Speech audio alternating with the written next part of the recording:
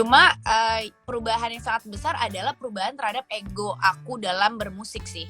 Seperti yang aku tuliskan di lagu ini juga, ego dan ambisiku di karir tuh berkurang banget.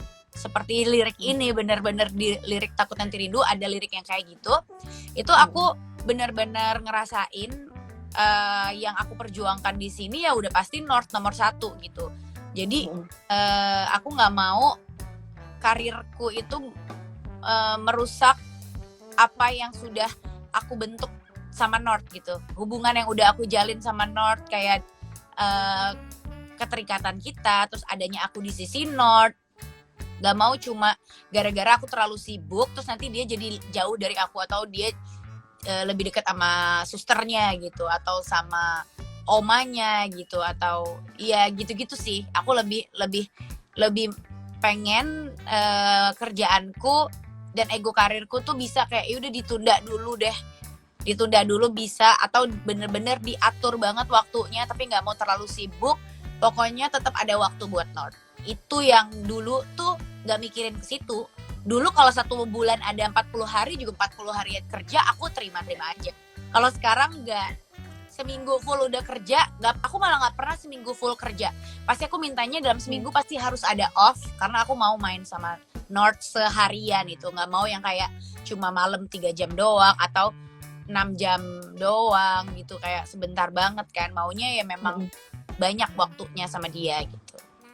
Pemikiran itu datangnya tuh maksudnya beneran langsung abis melahirkan punya anak terus oke, ambisi tentang karir gue nggak akan sebesar itu lagi, atau ada prosesnya sih Kak, ada titik baliknya gitu?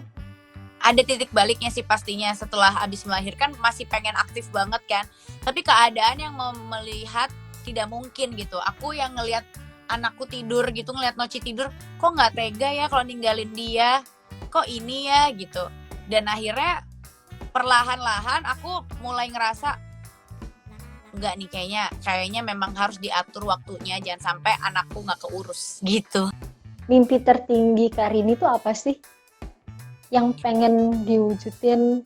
Mimpi tertinggi tuh pengen banget punya konser, pengen banget. Tapi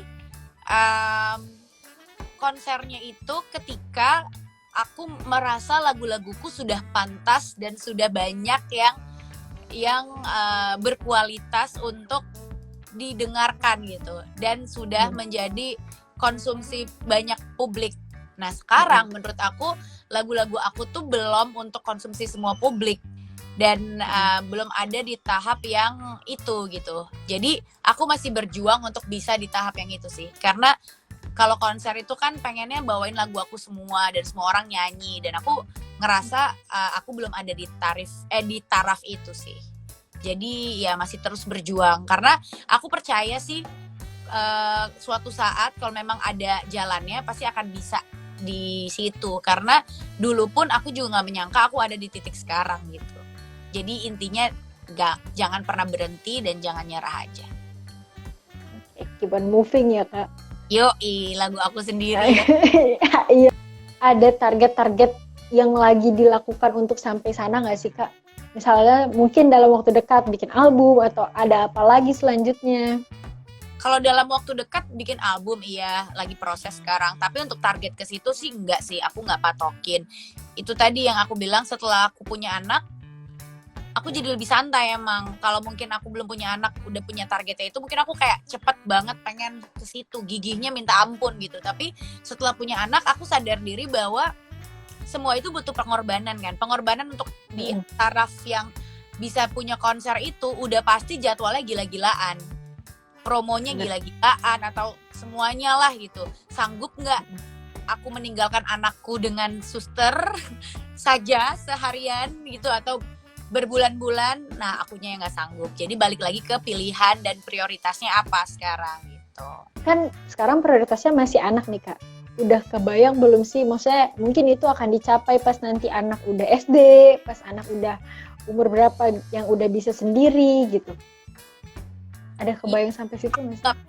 Nggak pernah ada target sih. Aku ngerasa aku jalanin aja semaksimal mungkin, usaha aja terus. Karena dengan kita persistence gitu ya, terus aja konsisten, menjalankan itu aku ngerasa itu menjadi kayak pundi-pundi yang bisa ngebuat kita bakalan ada di goal yang kita mau gitu.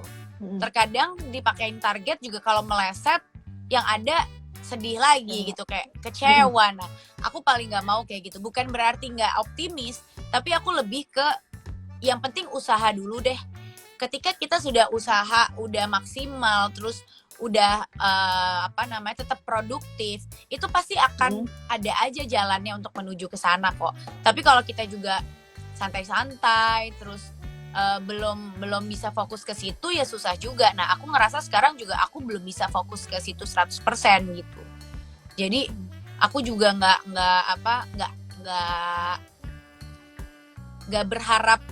berharap akan terjadi dalam waktu dekat juga, karena fokusku juga belum ke situ gitu. Soalnya sekarang fokusnya masih soal album ya, Kak. Soal album dulu, iya, ini aku udah dibombardir harus segera selesai. Karena selama pandemi lumayan banget, 6 bulan pandemi aku nggak bikin apa-apa gitu, nggak ada ide sama sekali. Jadi ya udah sekarang dikejar banget.